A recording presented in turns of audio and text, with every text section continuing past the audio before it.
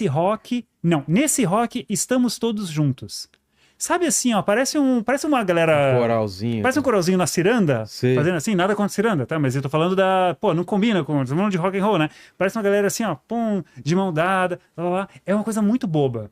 Mas a música é demais. Só que o problema era isso, faltava nos anos 70 no Brasil uma qualidade lírica que lá fora tinha. Mas aqui os letristas, seja por medo da censura, da ditadura, ou seja por falta de talento, não conseguiram desenvolver. Então muitas vezes era essa coisa, o céu está azul, o sol nasceu e a natureza somos nós. Era uma coisa assim, cara, muitas vezes.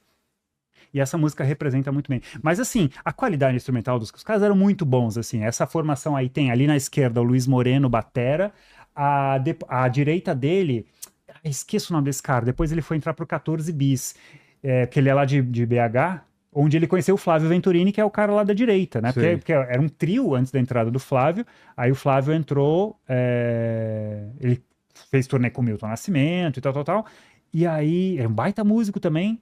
E aí essa formação, o auge do terço, né, que é em 75, 76, aí em 77, cara, a banda não se sustenta, entendeu? As bandas não se sustentavam naquela época, era muito difícil ter uma carreira.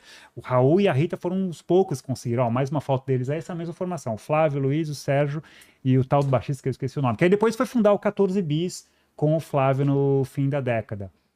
É uma banda legal, mas esse é o problema, cara. Quando começa a cantar, você sente falta de uma coisa que o Renato Russo tem, o Cazuza, o Arnaldo, ou mesmo os Mutantes, mas que, cara, é difícil de conseguir nos anos 70, que é uma boa letra.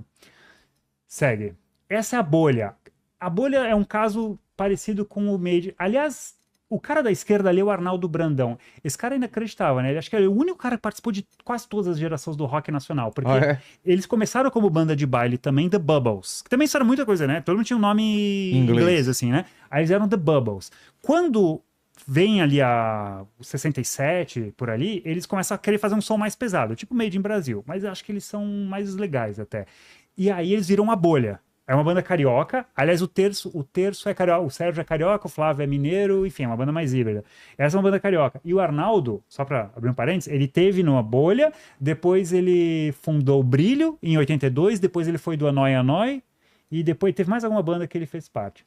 A Bolha é um caso interessante porque eles lançaram um LP só. Cara, o LP mal gravado, muito mal gravado. Só que se você olhar no Spotify, eles têm um álbum ao vivo. A banda ao vivo era do caralho, mano. Os caras tocando assim com peso mesmo, assim, em 70 e sei lá quando. Muito legal ouvir ao vivo. Só que era isso. E acho que eles fizeram questão de ter esse registro ao vivo por causa dessa diferença. Porque o LP que eles conseguiram lançar não reproduzia nada do que era a banda. E esse era um outro desafio que as bandas dos anos 70 tinham. Quando chegava o LP, eles falavam, cara, a gente não sou assim, tá uma droga.